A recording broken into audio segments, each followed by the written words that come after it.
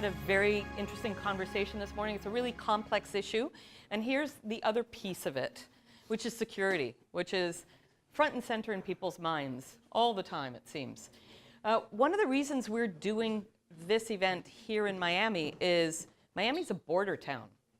We don't traditionally think of it as a border town, but I think if you live in South Florida, you know very well that it is a border town, not just because there are people from all over the place living in the community, but because we're surrounded by water. We're surrounded by a pathway into this community. So we've got a great panel, and I'm going to let them introduce themselves, and we'll get started. So Rob, you have the mic, or do you want to give it to Emilio first? Or it's just picking up the sound. Yeah. Emilio Gonzalez. I'm currently the airport director here at Miami International Airport, formerly the director of USCIS. My name is Rob Jesmer, and I'm the campaign manager for Forward US. Israel Ortega. I'm a writer for Opportunity Lives. We're an online news publication. I cover, among other issues, immigration, but also the economy. I'm Edward Alden. I'm a senior fellow at the Council on Foreign Relations in Washington. I wrote a book some years ago about the impact of 9/11 on U.S. immigration and visa policies. Worked with Jeb Bush and Mac McClarty on a big report in 2009 on immigration reform. And then more recently have been focused particularly on the issue of border security and how to measure it and understand what's going on at the borders.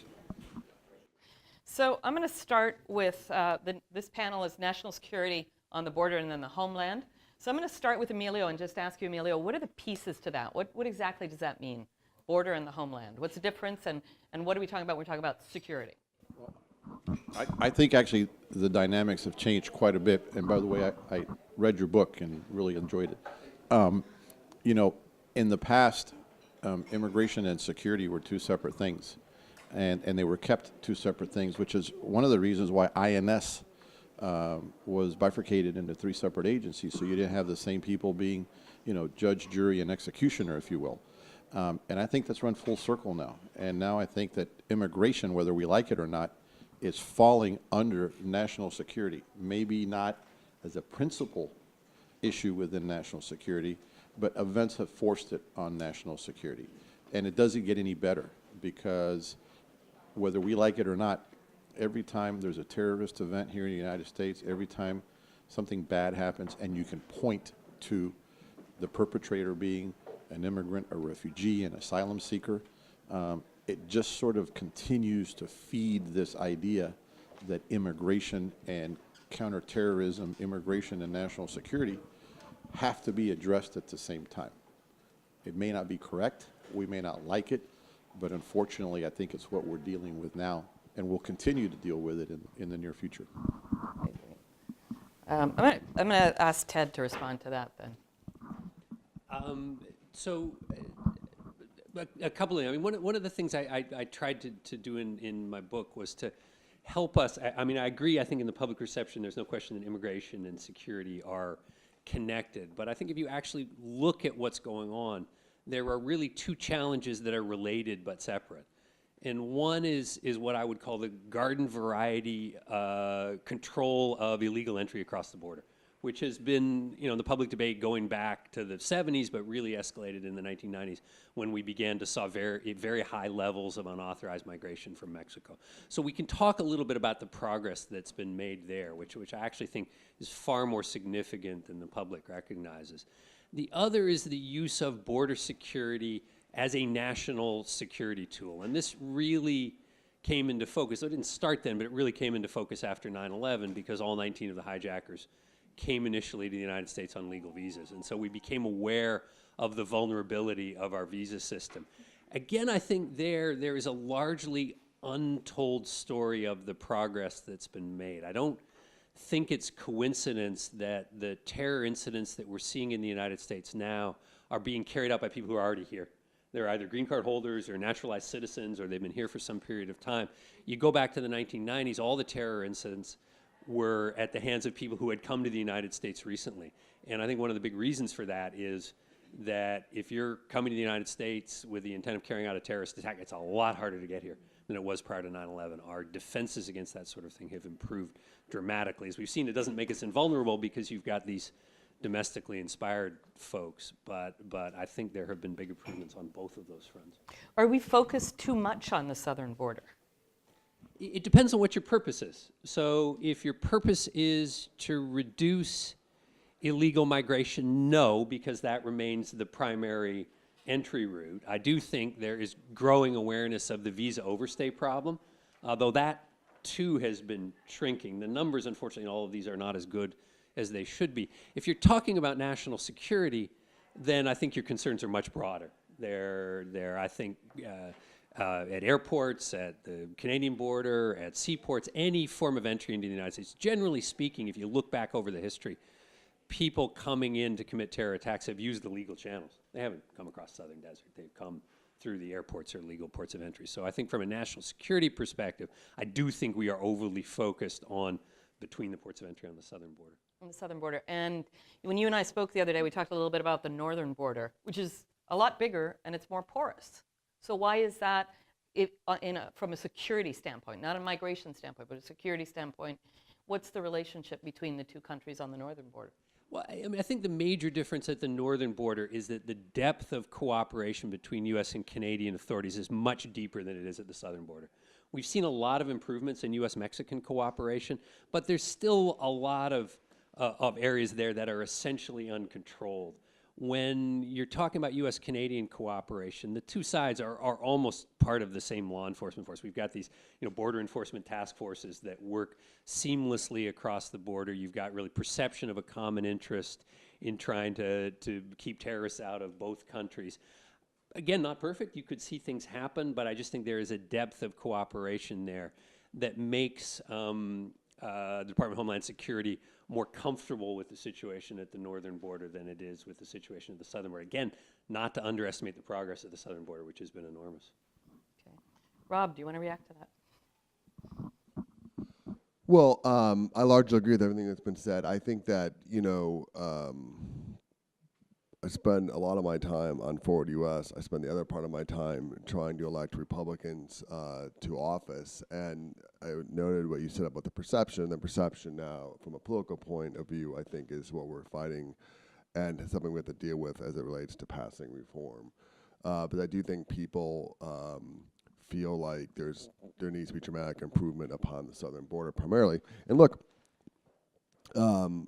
there does need to be improvement. I think the numbers speak for themselves, but there's been a dramatic drop in people trying to come over, and a dramatic apprehensions have gone down because fewer people are coming over. And I think the border is much more secure than it was. But who is still trying to come over are a lot of them are good people, and some of them are bad people. There's the drug trafficking is still a huge problem in the southern border, and a major route for which drugs come in. And so it's not. At times, I feel like we forget that there is actually issues that need to be dealt with in southern border. So drug trafficking and human trafficking too, right? Human trafficking is an enormous issue. I do a lot of work in Texas.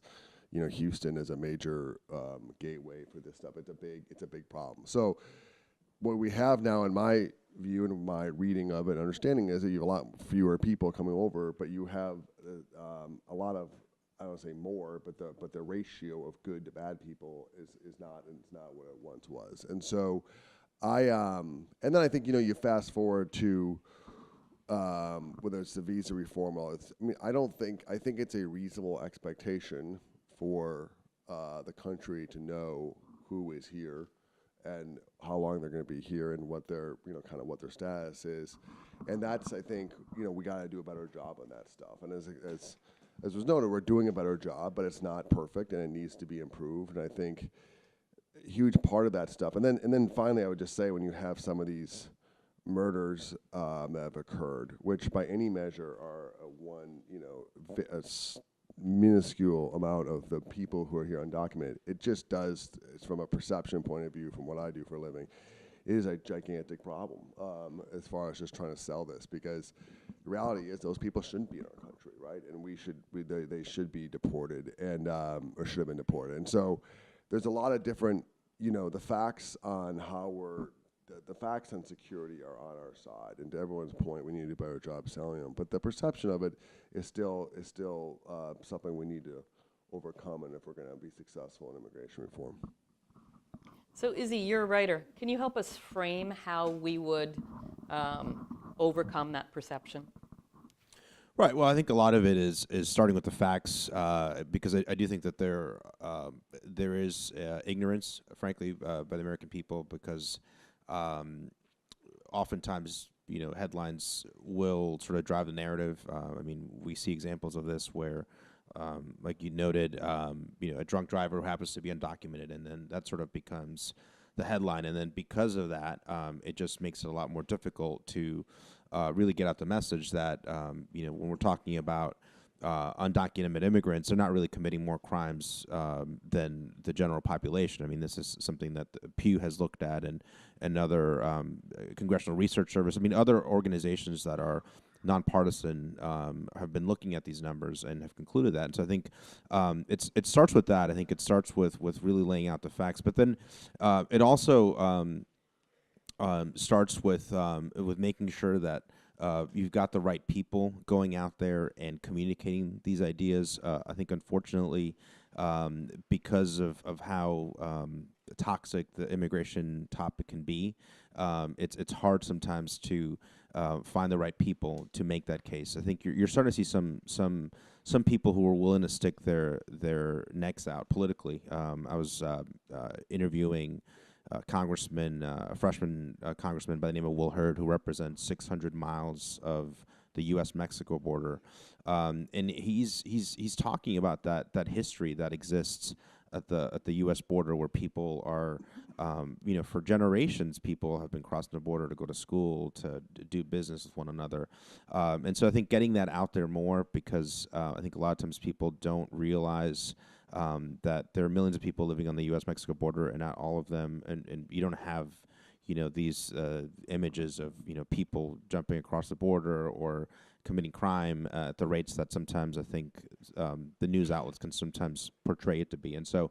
I think it's finding those right spokespeople, because someone like a Republican like Will Hurd and others, need to go out and talk to folks who have hardened their position on immigration, because they're more likely to listen to a Will Hurd than if it's a very lefty group where it's just not going to be a starter.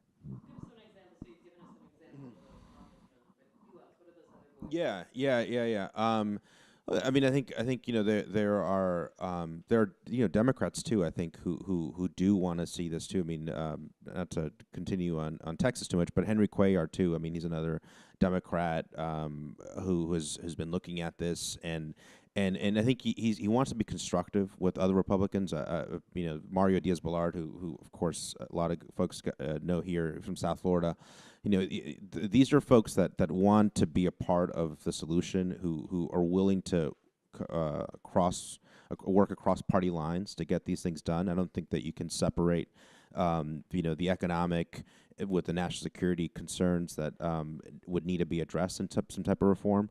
But I think you need to find those members, particularly on the House side, because that's, as we noted in the earlier panel, I mean, that's really where the heavy lifting is going to be, I think, for next year, is finding those people on the House who are willing to be constructive, who are been studying this issue for a while now. I mean, I think that's another problem that I've noted from just working on the Hill, but also now covering the Hill as a writer, is that you've got a lot of folks who have not spent the right amount of time kind of studying the weeds of this and looking at the data, and are instead just sort of being misled by headlines and just different things that are factually not true. So I want to keep pushing this issue, because you've brought up reform, and we're all very hopeful that the next Congress will afford that opportunity to have meaningful, common sense immigration reform. But before we do that, we really have to tackle this issue of vulnerability. If people feel vulnerable, they are vulnerable, right? So how are we really going to change minds? Isn't it hearts? That's another issue. But how are we really going to do this? What is the most constructive way of? Yes, yeah. There you go. You're going to pass that along. Yeah. Well, this is interesting. Part of my interest in border security came from my conviction, which remains today, that Americans in the Congress are just not going to move on the broader set of issues that's important in immigration reform unless there's some confidence that there's a reasonable degree of security at the border. And some of it goes back to the 1986 experience, when you had the legalization, the promise that this would solve the problem, and it was followed by record levels of illegal immigration. So I think this is a legitimate concern. The trouble I have with it is how detached the debate has become from what's actually going on. I mean, there was some hints to it here. There was a poll done about a year ago that asked Americans whether they thought illegal immigration was higher than it was a decade ago or lower than it was a decade ago. 70% of Americans think illegal immigration in the United States is higher than it was a decade ago. 83% of Republicans. That could not be more wrong. So if you just use the apprehension data, which is not a great proxy, illegal immigration in the United States is about a fifth of what it was a decade ago. The fine paper that the National Immigration Forum has put together here calls for better border metrics. This is something I've been working on for about the last 4 years. The Department of Homeland Security has spent hundreds of thousands of dollars of your taxpayer money to come up with exactly this sort of set of metrics. It's there, they're sitting on it, they haven't released it. You can deduce some of the same information using public data, but the decline in illegal entry across the southern border is even more dramatic than the apprehension statistics would suggest. In particular because deterrence has grown. The fear of getting caught, of the consequences, increasingly people are being put in jail, the danger of the crossing, the cost of paying smugglers. Used to be that when Mexicans came and they were caught and sent back, they all came again. Now our research suggests that 60 or 70% are being deterred from making a second attempt. So there really has been this dramatic improvement in enforcement at the southern border, but we need to have a proper public discussion about it because nobody can really agree on what's an appropriate and achievable level of security. So, you know, our research suggests that there are still probably 250,000 successful illegal crossings every year. That's a tenth of what it was a decade ago, and a lot of those are probably the folks that Rob is talking about. So drug smugglers who are coming back and forth multiple times, so that isn't 250,000 people. But it's a legitimate question for our Congress. Okay, we're spending $18 billion annually on border enforcement. This is where we're at. How much more are we willing to spend to get that 250 down to 125 or 75 or 0, which is actually in legislation right now? That's the goal of the United States, 0 illegal entries across the southern border. Well, what would it take to get there? Is enforcement the best tool? Are there other tools? That's the sort of intelligent public debate we need to be having, but unfortunately, we're not having it. And I think until we get there, it is going to be difficult to get over this hurdle, this perception of vulnerability, so we can tackle all the other important issues that we've been talking about here today. I was involved in the last effort at legalization, and it was an abysmal failure. And the reason it was an abysmal failure is because we became all things to all people. President Bush is a great guy. He appointed me, but it was the White House abdicated immigration reform to Congress. And when you have 100 senators and a couple hundred representatives all wanting what's in it for them, I want this, I want that. If you vote for this, I'm not voting for you. There were poison pills. There were backstabbings. I remember vividly, I had to give a speech in Orlando in front of like 500 members of a national Hispanic group, and as I was getting on the podium, my BlackBerry went off, and there was only one line: immigration reform failed in the Senate. Boy, that was a lot of fun, because I was actually giving a speech about how this thing was going to pass. But, you know, one of the things that we all have in common, I think we've mentioned, is the role of perception. Perception becomes reality. We have a domestic terror attack, and the next thing you see on TV is shots of the U.S. border with Mexico. One has nothing to do with the other. And the only way that we can have, I think, meaningful immigration reform, America's a great place. We all love immigrants, but we hate immigration. You know, and we have to somehow reconcile the fact that immigrants are here because of immigration. And I think border security is something that needs to be treated as that, border security. And unless you're some wildly, you know, let everybody in person, I think most people will agree that national boundaries need to be respected and that countries need to be able to defend their borders. That should be taken as one issue. Another issue is, what do you do with 10, 11, 12 undocumented people inside the United States? That's another issue. And then lastly is prospectively, how do we fix our immigration system so that we don't have these problems? And I think those are three very achievable things to do if you do them as individual policy items. When you put them all together, it'll never happen. You know, I take a little different view of that in the sense that you look at the Republican Congress, and for 4 years they've been talking about border security, and they have yet to pass a border security bill, not one, which I find to be astonishing. And the reason they haven't passed it is because they can't.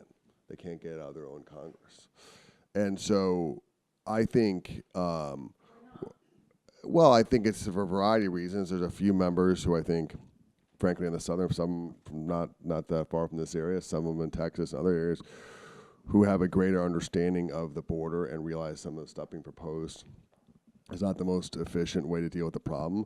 There's others on the far right who think anything that doesn't go far enough. And so there's not enough members to pass it.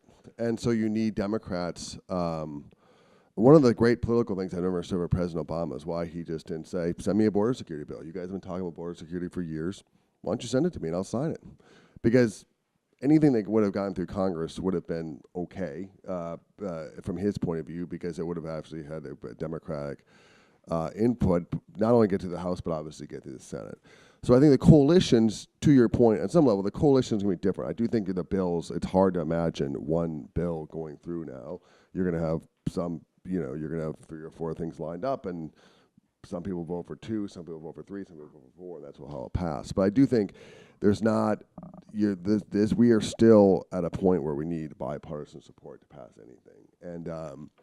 And I think about this perception problem, and I often think about Lindsey Graham, who, is really in the thick of this stuff. And Lindsey Graham goes out and sells it. I mean, part of the issue of Congress people and our legislators, they got to go sell it. They got to go back to their constituents, explain to them what's happening, go over it, and say this is the problem, and this is how we're going to deal with it. And a lot of time we have members, Archbishop raised it in the previous panel, which I don't want to go down a rabbit hole, but gerrymandering has really changed a lot of things, and we have a lot of members who don't want to go out and sell things anymore. They don't want to go sell tough ideas. And but you look at Graham, who went out there and travels all around South Carolina. South Carolina's changing demographically as far as like just the ideological makeup of the state. So it's not the South Carolina it was 10 years ago, but nonetheless, it's a very conservative place. And he gets 70% of the vote in the primary, the guy who led the charge. And why does he do that? Because he goes home and he sells it. And, I just... Emilio's point that Americans hate immigration but like immigrants. Yeah, you just got to go. You got to go and make the case to people. And we have too few people who want to make the case, which is why I think a large reason why we have some of this perception problems that we do. I just want to go back to the question about the border and security, because I think I'm actually concerned. I mean, this is actually not just on the Republican side, but even the Democratic side. I mean, I think you're hearing people say, well, we need to secure the border, and it just becomes very abstract. Like, what does that actually mean? And I think that, especially having worked with, with Republicans in the past, I mean, I picked up now that, and it took me maybe a while because I was naive, but I mean, sometimes when you continue saying, well, let's secure the border and then we'll deal with everything else, that just becomes essentially an excuse not to do anything. And so I think part of the challenge, I think, for all of us is really moving the public to get beyond this idea that until we secure the border, whatever that means, then we can tackle other issues. Because as I was noting earlier, I mean, I think in some places, it's like private property is in between, like the on the U.S.-Mexico border, and you've got even like wildlife issues, like where you can't secure the border because certain wildlife has to come back and forth. I mean, these are things that just make it impractical to just have a wall, an impenetrable wall, like is being talked about in this campaign, and so. That's a challenge, I think, in terms of selling policy, but I think it's necessary. I mean, if this is going to happen, there is an educational component that's required. Can I say just one quick thing that's important for all Americans to recognize? There is no such thing as an impenetrable wall. I was down in the San Diego-Tijuana corridor recently where there's, 15-foot high fence with circular coiled barbed wire at the top. It's not a fence anybody's going to get over. But at night when the fog comes in, they cut through the fence and they go through it. The Border Patrol agent showed me in several places tunnels that went from a quarter mile in from the Mexican side into warehouses a quarter mile in on the U.S. side. There are a zillion ways over, under, around, and through any kind of wall. So it's the silliest idea I've ever heard. And there's migration patterns nowadays too. I mean, the news of Haitians traveling 7,000 miles to Brazil to try to get to the States, and it's. Along that point, it makes the sell much more difficult when you read stories like that, because the United States is probably the most generous country when it comes to refugees and asylum seekers in the world. Yet, it's very hard for somebody who agrees with us that we need reform to then justify how is it that somebody can go from Haiti to Brazil and cross 11 countries where they could probably stay and settle, yet they want to come to the U.S. That becomes an impossible sell, because if you're being persecuted, you're more than welcome. But at that point, then you go country shopping. And it sounds trite, but people that think like we do and are interested in reform have to explain those questions and have to explain those ideas to their voters. When we were, How do you explain that question? it's tough. I'll give you another one. When we were doing the last shot at immigration reform, because immigration reform writ large is very nice, but when you get into the weeds, it gets dirty and ugly. And you have to deal with things like who's going to pay for it? What thresholds do we have? What documentation will we accept? So then you get into issues, threshold. If Amelia Gonzalez has been ordered deported 4 times, and all I do is move to different states, 4 times by a federal judge, by the way, should Amelia Gonzalez be available for a legalization program? I had that conversation with Senator Cornyn, who genuinely believes in reform, but as a former Supreme Court justice in Texas, he says, hey, if a U.S. citizen is told by a federal magistrate, a federal judge, I'm sorry, Mr. Jesmer, I've heard your case, we've heard your appeals, you gotta go. You know what? You gotta go. So how many bites at the apple would these individuals be allowed to take under a future immigration policy? And these are, if you want to call it, it's not minutia, but these are important segments of overall policy, because you may get X number of senators or House members that say, you know what, I think that immigration judge was probably wrong, and you should have an 8th bite at the apple. Or you get people that say, man, if I go before a federal judge and he tells me to stand on my head, I'm standing on my head because I've exhausted all options. So these are the nuances that we have to tackle, and it goes back to perception. And circling back to your original point. This is a communication problem. Well, it's like cool hand Luke, a failure to communicate. But again, it's very tough for somebody to say, hey, you know what, it's okay if there are however many thousand Haitians on the U.S.-Mexican border. But, gee, if they live in Haiti, why are they going through 11 countries to get to the U.S. when they could have stayed in any one of those 11 countries and probably had a better life than they would have had they stayed in Haiti? That's a very tough question to ask a voter, and it's a very tough question for a voter to internalize and say, well, if you're being persecuted, we'll take you. We understand America's a land of second chances, and we bring in people who've been persecuted. But just because Costa Rica didn't suit your needs, I'm going to pack up and head north.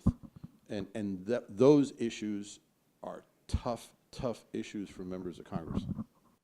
I just wanted, as you were talking, I was thinking about the headline. I think many of us saw it. I think it was last week, where the Department of Homeland Security incorrectly issued citizenship to people who had committed crimes or were not even supposed to be in this country.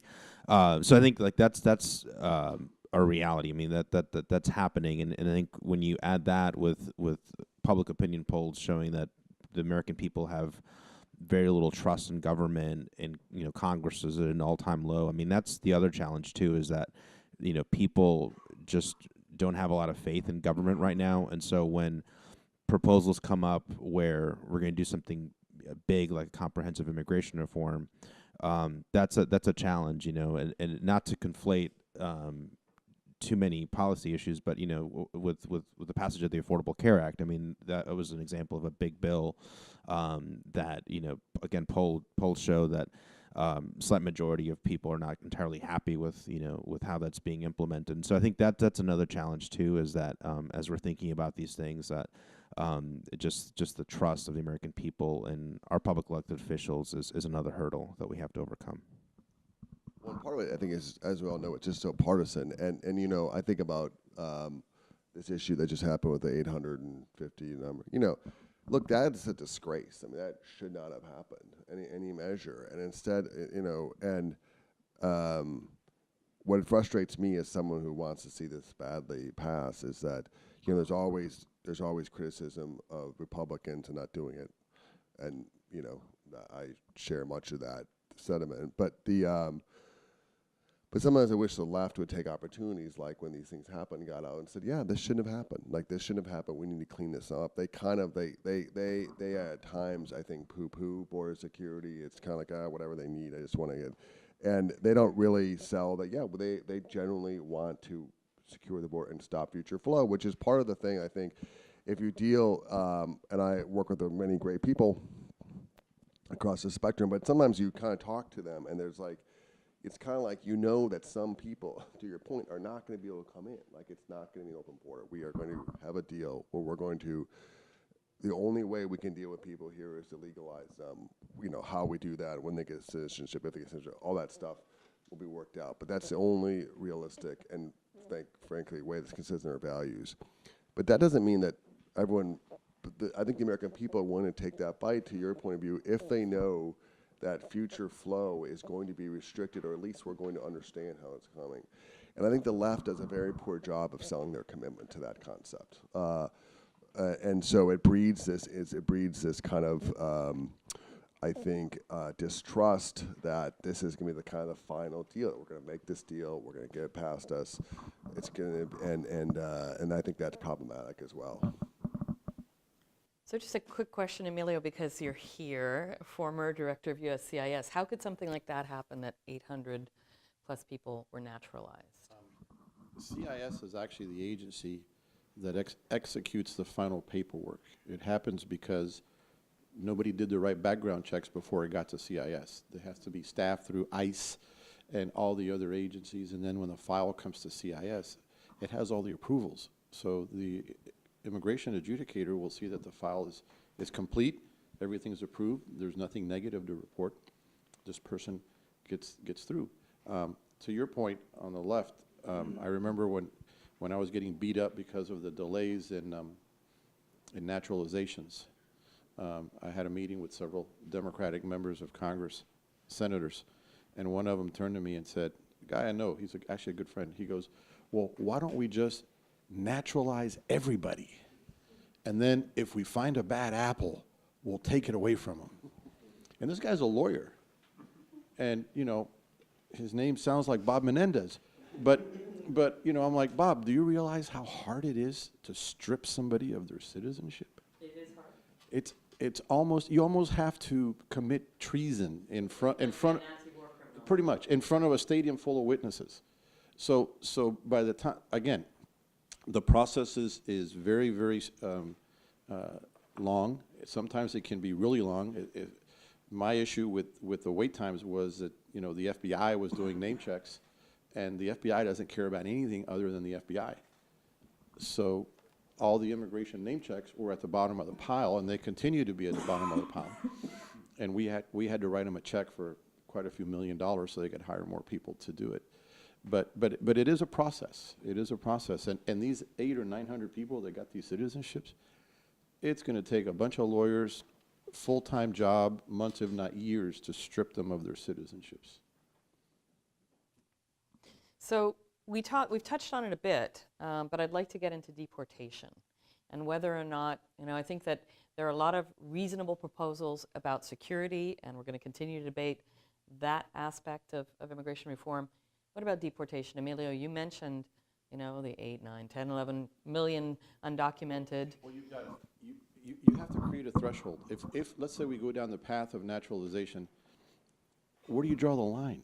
I mean, okay, if you had to have been deported fewer than 6 and no greater than 8, because at that point you're a serial lawbreaker. And to the point of some colleagues of mine in the Senate, a lot of people come to the U.S. because they're fleeing countries where there's no rule of law. And the first thing you do when you come to the U.S. is violate the law. So there's an incongruency there. The other thing is, when you deport somebody, you have to know where you're deporting them to. So as an example, I think the number's now probably approaching 100,000 people in the United States that are Chinese nationals that have been ordered deported. But guess what? China says they're not Chinese. China says they're ethnic Chinese. They could be from Singapore, they could be from Taiwan, they could be from Malaysia. So until you can get a country to take back its citizens, they're here. That's a backdoor amnesty, and there's nothing you can do about it. So one of the things that we tried with immigration reform, by the way, Mexico has one of the best citizen identification agencies I've ever seen in my life. I've actually visited them. You can walk into just about any Mexican government office and get an ID. You can go into any Mexican consulate and get a passport. So one of the things about, and this is where we get into the underbrush and the nitty-gritty, if we're going to legalize all you people, who are you? And you know what? And I want to know where you're coming from. Because if you go bad on me, I want to know where to send you home. Because right now, Emilio Gonzalez could say he's Honduran. And the Honduran government could say, we've never heard of him. And then all of a sudden, I'm here forever because nobody will take me back because nobody says I exist. And this is just one example. But to your point, if you don't have a threshold, if you don't have rules, if you don't have, if you, lack of a better term, you know, red lines to cross, then it's an amnesty. You have to draw the line. Some people you have to, Mother Teresa said no to people sometimes, I'm sure. You have to be able to look somebody in the eye and say, you know what, just not working for you.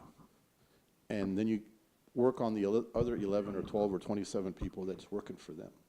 But deportation, and it's very passionate, you know, this whole business of families are breaking up and perception.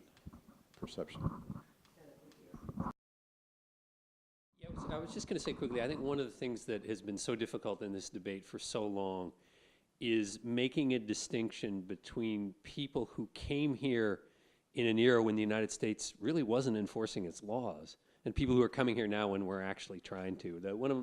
One of the people who was on the task force that I worked on with Jeb Bush and Mac McClarty was the Reverend Richard Land of the Southern Baptist Convention. And in recent years, they've been up there with the Catholics and other religious groups and very strongly pushing for immigration reform. And he would say, you know, he'd say, for years, we held up 2 signs at the U.S.-Mexico border. One said, no trespassing. The other said, help wanted. And the fact is, you had millions of people who came in under those circumstances. And so I think a lot of us are really quite ambivalent about, well, should we be taking a hardline enforcement stance on people who came here in the 1990s when our demand for labor was extraordinary and there was a wink, wink, nod, nod, come here, we'll find a job for you, and we're not enforcing our laws seriously. And suddenly we're going to change our minds and say, yeah, no, we mean it now. And so we're going to arrest you even though you've been in the country for 15 years and you've got U.S. citizen kids and we're going to deport you. It's not surprising people feel ambivalent about that. But then there's the issue of, are we going to have a system that has integrity going forward? Because I think increasingly we have the capability, which we didn't in the 1990s, to have a system that has integrity. And I agree with Rob. I think, you know, I think the left actually needs to get behind this and to say, look, we need a system with laws that we're going to enforce. So for asylees, for instance, who are arriving at the border, that means, you know, enough money that they can be processed promptly. I would favor appointing counsel for them so they actually have a decent chance of making their case before the immigration court. But if the answer is no, they, you know, the handcuffs are put on them and they get sent back, right? No means no. No doesn't mean you get to live in the country another 5 years until somebody decides it's time to deport you. And you know, I would be, you know, again, with illegal immigration across the border, I'd be in favor of larger legal worker programs. So there are more legitimate options for people to come in the United States. We used to do that in the 1950s and 60s. We stopped doing that for reasons that made sense at the time. But so if there were more legal options, then we said, look, there are ways that you can come and work in the United States. If you're not availing yourself of those and you choose to break our laws, we're going to enforce them with seriousness. And somehow we've got to be able to make that distinction between the legacy problem in which, face it, there were big mistakes made on both sides, both the people who chose to break the law and our country for not enforcing it, and what we want to do going forward, which is to actually have a system with some integrity. And that does mean saying no and enforcing no. A lot of very strange cases that would come to me that nobody wanted to make a decision on. And if you know an immigration officer, you should ask him about a red card file. A red card file is usually a paper file the size of a phone book. And as you open it up, on the left-hand side, there's a red card, and it says in big black letters, "Do not read." Hell, I'm going to read it. This much paper, do not read. And then you read this stuff, and you're horrified. Like, I don't want this person not only not living next to me, I don't want them in my state. These people are citizens. And the reason is because when past legalizations were enacted, it was, we got to get as many people through. We got to, the idea of you got to bring people in from the shadows. By the way, what I'm telling you is what I heard dozens, if not hundreds of times from members of Congress. You're in such a hurry to bring people in from the shadows. I don't want to know about Jesmer. He's a good-looking guy. He's tall. He's got a job. He's willing to pay his taxes. Got a wife and 3 kids. I don't want to know. I want to know, because what he's been doing in Oklahoma is something nobody should be doing. And you see case after case after case, and what it does is, internally, the immigration officers really are disgusted with what they have to do every day. And that's another issue. It's kind of like a minor issue, but it's a whole internal bureaucracy of, do you want bureaucrats in immigration that want to be helpful, or do you want immigration bureaucrats that see this as an opportunity to pursue their own agenda? And it happens when you see this type of thing. Again, this is the underbrush of immigration. These are the things that you have to tackle when you say, let's do immigration reform. Okay, and then the definition. What is immigration reform? Which is, to my original point, I think we have to break this up, because if we try and do this all at one time, it's not going to happen. Nobody's going to take the risk. It becomes politically toxic to people who should be friends of ours, unless we break it up and, to everybody's point, get the left to support border reform. Whatever you want to do on the border, it shouldn't just be a Republican imperative. It should be a national imperative, and it should be handled as what it is, border security. Put that off to the side. Then you can talk about, to your point, what do we do with the 11, 12 million people that are here? Our options are very limited as to what we do with those people, but we need to address it. And then prospectively, the paper that the forum wrote on our broken visa policy. We have so many visas now. If you don't qualify for one of our visas, wow, we don't want you. Because anybody can get into the United States with one of our visas. We have visas for pro players, amateur players. I had a guy put in for an O visa. You know how he got in? Because he took my picture off a website, a guy from China, and he painted my portrait, sent me the portrait, and he's, according to him, the best portrait artist in China. Great picture. He got an O visa. But the point is, I think, yeah. We have way too many visa categories, to the point where just about anybody can get in under any category. And I think they're old, they're antiquated.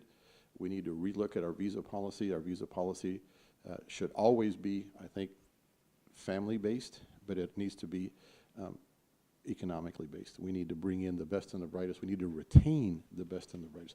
And that's another conversation that I think our friends on the left would probably want to have with us. If you're getting a PhD in physics from MIT, gosh, I want you to stay. Because his only other option is to marry somebody from Denmark. Because if you're Danish, the chances of you getting in quickly are quite good. I want to open it up to questions, but I want to quickly ask Rob, what's the cost of deporting people? Is it even feasible? It's really not. I mean, it's not for a variety of reasons. One, economically, the American Action Forum has did a study, and it costs upwards like $600 billion, which is just not something we're going to produce. Not to mention the fact you'd have to hire tens of thousands of federal agents, which always I always ask my friends who think this is a viable option. It's like, okay, well, when they get deported, then what are they going to do? They're always worried about, you know, the black helicopter over their head. So maybe they'll do that. But but there's also, as everyone knows who's serious about this, there's major due process issues. You can't just pick someone up and throw them out. They have to go through due process, and there's not enough immigration judges and representation for those. So it's a massive. That's what I'm saying. There really is no issue, and really from a security point of view, this is, you know, soundbitey, but the facts speak to themselves. We talk to people about this. The sooner we can process the people who, the overwhelming majority, which we processed and, you know, go through some for legalization, then we really could focus on, if you're a bad actor in this country and you're in some, you know, gang that originated in Honduras and now you're living in LA, you're not going to probably step forward and try and get legalized, right? And if you are, that'd be great. You'll be thrown out. And if you aren't, it does allow federal law enforcement to focus on the bad actors who are here. So it's not just a practical point of view, it's actually a security point of view. And, you know, there's still, there is a great, there's a lot of prioritization now anyway, but it would be better if we did that. So it's just not, I mean, look, I've done hundreds of meetings with people on this issue, on the Hill and everywhere else. And they get behind closed doors, and everybody knows that the only option is to provide some sort of pathway to legalization. No one, I mean, literally no one, with the exception of very few people, dispute that. Like I said, some want 7 years, some want 4, some want 9, but no one says, with the exception of our presidential nominee, says we should deport 11 million people. So, questions? Jerry, let me pass you this because it's to get you on the video to get the questions. So I want to follow up on that one because I've funded an immigration reform for 16 years now. You know, I've seen every single point, and every single time there's a possibility for a bill to go through, it's more and more money for security. I think the last one was $60 billion, and you know that wasn't even enough to get the House to actually move on it, right? So, to me, I mean, what you just said, the last point is the right. It is a security issue. If we actually could get the 10 million people or 11 million people here to come out and actually step forward, and you get them checked, and then they can actually be on a path to legalization. To me, that's the security message. But you're not going to get them out unless people are feeling they're comfortable about coming out, and they're not going to be deported. So, you know, it's almost like catch-22. It's never moving forward, and it's a political issue. It's really not, frankly, at this point, a research issue or even an economic issue. As you said, everybody wants it, but it's the House. The House is just really unwilling to move it forward. And I think what you said, someone said about redistricting is a good point, but you know, how much longer do people have to wait to actually get this through? Well,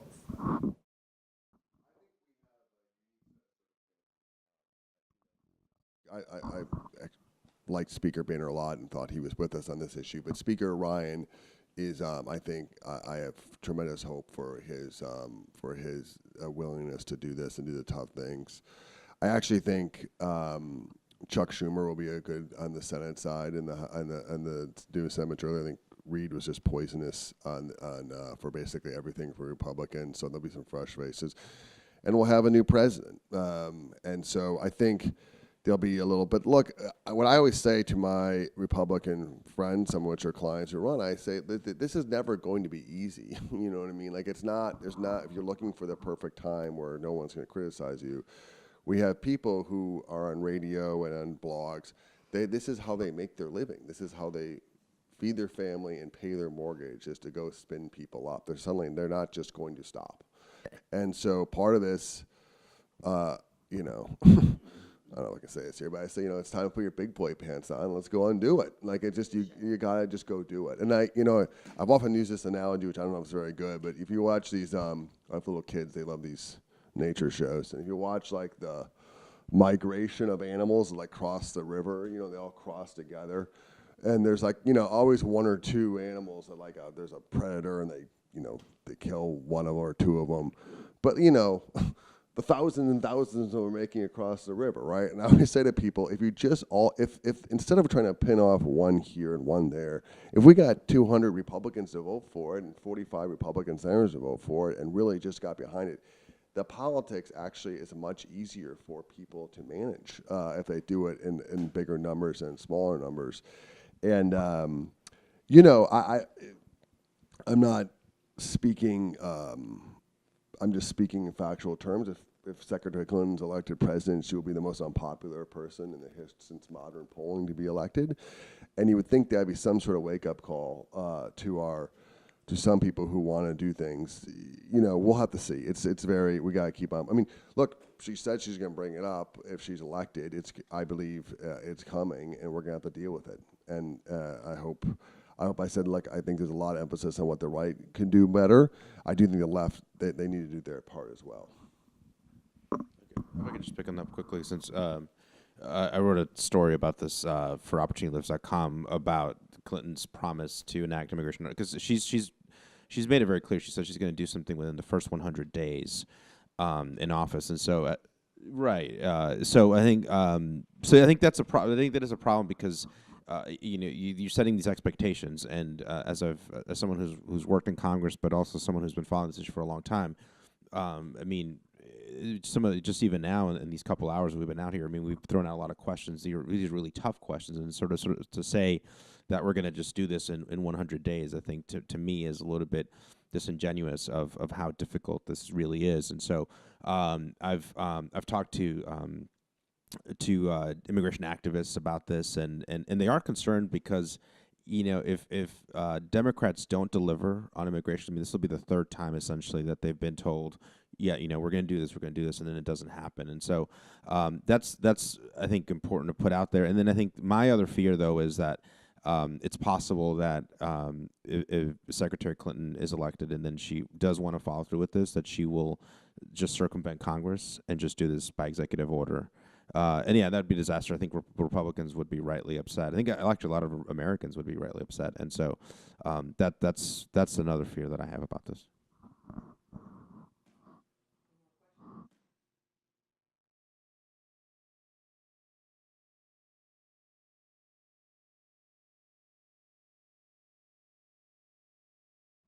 Thank you. Hey, guys. I guess I just have a question, since all of you guys work in national security, kind of what the fear is, because we keep talking about perception, and a lot of times I feel like, at least in this country, at least from what I've seen, a lot of that fear ends up looking a lot like racism, and not necessarily from actual things happening. You know, like we just mentioned, oh, you know, it's a Mexican that gets drunk, he's all over the headlines. There's plenty of Americans that get drunk and drive, aren't in the headlines. So I'd just like to hear a little bit about that, and kind of, you know, when we say things like good or bad people, kind of like what that means, you know, even drug trafficking, human trafficking, who are the consumers? Americans. And you know, so thank you. So I think that immigration has kind of become a proxy for a lot of what ails us right now, be it the economy or security or the changing face of America, which people find daunting. You know, I mean, from a sort of border security perspective, I actually think there are two fears, and they both have some level of legitimacy. I think the one fear is what happened in Europe over the last year, which was a massive flow of refugees from a horrific conflict in Syria. And the Europeans were in a position where they were unable to control their borders at all in order to try to make vetting decisions on who was coming in. And you know, we can debate the specifics and the morality and all of that. I think what Germany did was really heroic in a lot of ways in letting in that many people. But the reality is the process was completely out of control. And the German people reacted very badly.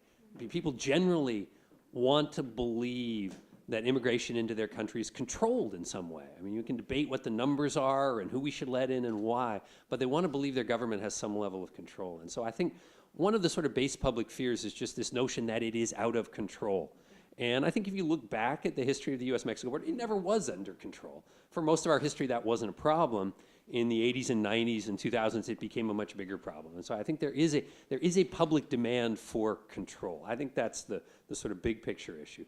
I think narrower, there is the question of terrorism, which is you know, in the previous panel we heard this was a problem in the you know, the teens and 1920s too. So it's not a brand new problem, but it is certainly a problem for our time. There are groups that are trying to inspire people who are willing to do really outrageous things, go and kill mass numbers of civilians for no reasons. And post 9/11, we're pretty scared of that. And so I think as a country, we want to be able to use our borders as a way of trying to identify people who are going to do us harm. And I actually believe that's really important. I actually think we've done quite a good job of it. But I think those are the two fears. And I both think they have a level of legitimacy. That's not to, that's not to discount the level of, level of racism in this country, which honestly has kind of shocked me in this campaign. I think it's deeper than I recognized that it was.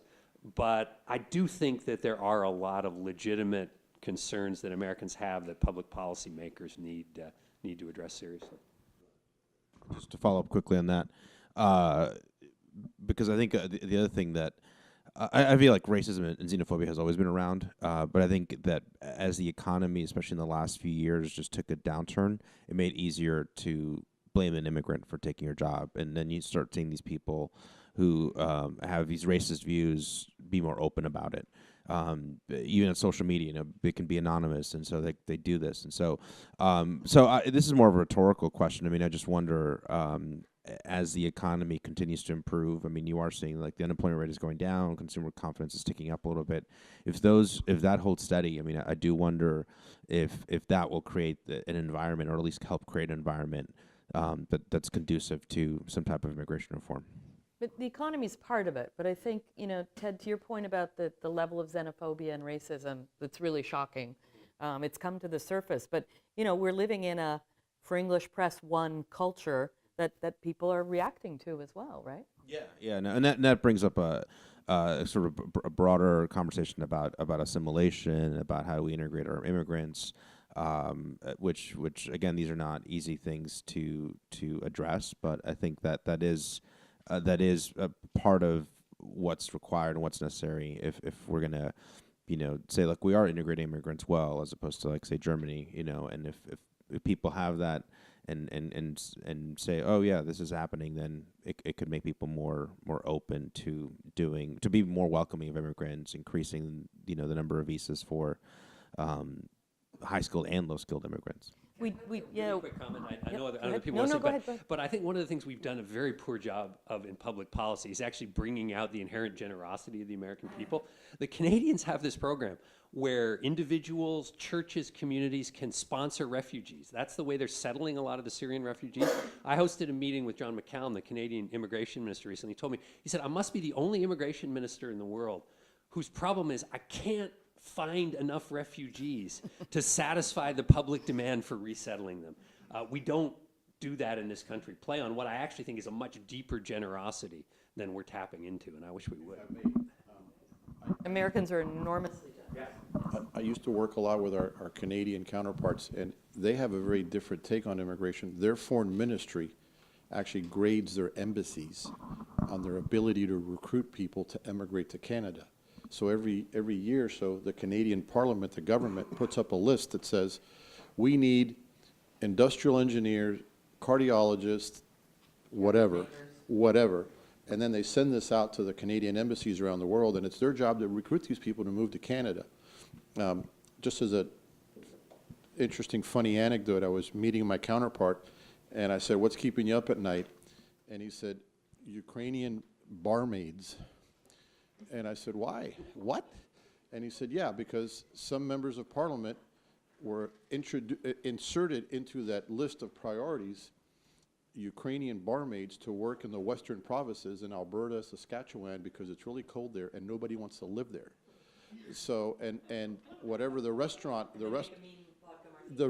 industry had sort of circled the wagons and said, we need to put a marker down and you guys need to help us get people to work. So they actually, he said, it'll never go under my signature, but, somebody else will have to sign it. But to your point, they have a process, and that process is dictated by the needs of the Canadian society writ large, primarily economic. A couple of thoughts on this. One is, I do think that I'm not a fan of our nominee for a variety of reasons, and or his rhetoric, but I do think people, I mean, I made this joke. I've lived in D.C. I'm from St. Paul, Minnesota, but I lived in D.C. for since 1999, and I've never felt more like I've never thought of myself as an elitist. I've never felt more like an elitist in the last year than I have. And I think that I check myself because I do think you have, Donald Trump's going to get somewhere north of 40 million votes. Could get 50 million votes. Could get more than that. That is a lot of people who he has tapped into, and they're not all racist, and they're not all ignorant, and they're not all idiots. Certainly, some of them are. There's just as I think there's people on Secretary Clinton's team that have voters who I don't trust all their motives. So my point is this: it's not unreasonable. We have a lot. Our country's going. The Archbishop actually touched on this in the previous panel. Our economy is changing.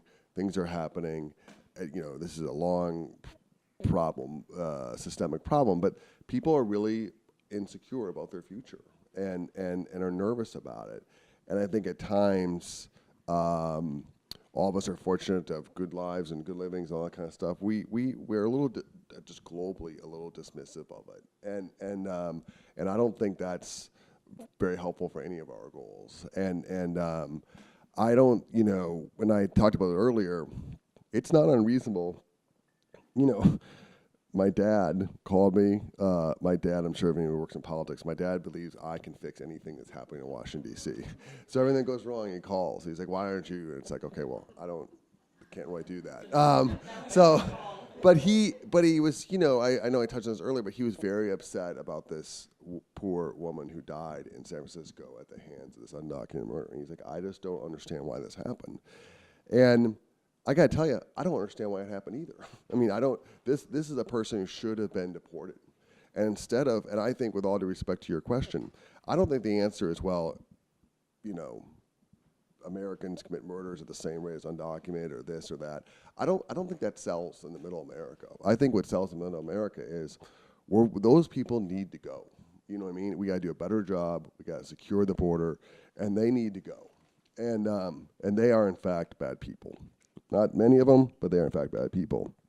And we're going to do a better job of dealing with those. We're going to make part of immigration reform needs to be centered around, we're going to make the country safer, and we're going to make it more prosperous, and we're going to hit on this stuff and touch on some of the themes that people are worried about. So let me just close with this, which is somewhat of a non sequitur, but it's one of the things I'm most frustrated about with what's happened with our nominee about all this. He does provide kind of quick answers, and some of this that we're going to bring these jobs back and all this kind of stuff. All we're doing, like I said, the economy is changing, and we are selling false hope to people who really we need to provide a different avenue of training and vocation so they can make a living. But he is talking to them in a way that I think people are understanding, and it's just I just don't want to be dismissive of. I think Donald Trump's a psychopath. I don't want him to be our president. But he's going to get 50 million votes, and we need to recognize that and not be dismissive of all those people who are voting for him.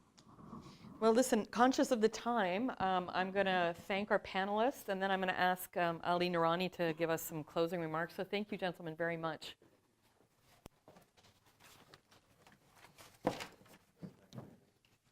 Please join me in giving them a round of applause.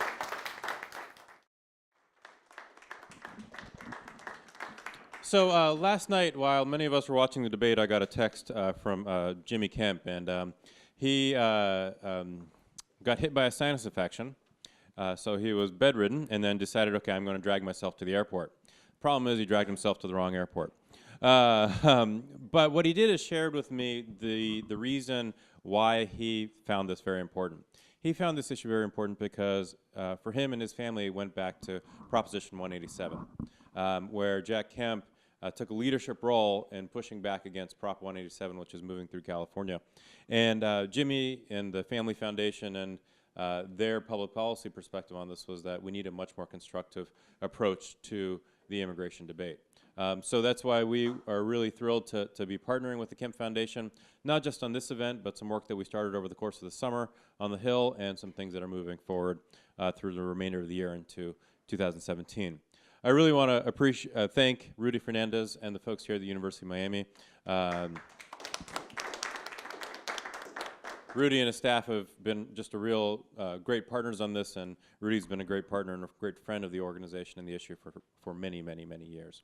I also really want to thank Jerry Mannion and her colleague Andrew for support from the Carnegie Corporation of New York. Without their generous support, not only this event, but the work that we've started over the summer and into next year would not be possible. And then Americans for Conservative Direction, our other sponsor of the event and the work. So my takeaway from this morning, but also where we are at this point, is that there's a pretty clear choice. And the choice is, quite frankly, between a constructive approach to this question of immigrants and immigration, or resorting to really being to a culture of fear and anxiety. And I think Rob, put it very succinctly. I mean, at the end of the day, Donald Trump could very well get 40 to 50 million votes. And I think the worst thing that we can do is dismiss those concerns, because those are real concerns. Those are concerns based on anxiety, fear, but they're concerns that we can answer through the policy conversation that we had today, whether it's around visa reform, better border security, a better understanding of our economic and social needs behind a reformed immigration system. So for those of us here at the National Immigration Forum, and last but certainly not least, I want to thank Kathleen Farrell for being the point person on this great event and making sure that this moves forward. We're very, very thrilled to be here this morning, and thank you for taking the time. And I know many people traveled for it, and Abby Chase and her team here in Miami for being great partners and allies, and we look forward to the work ahead. So thank you very, very much.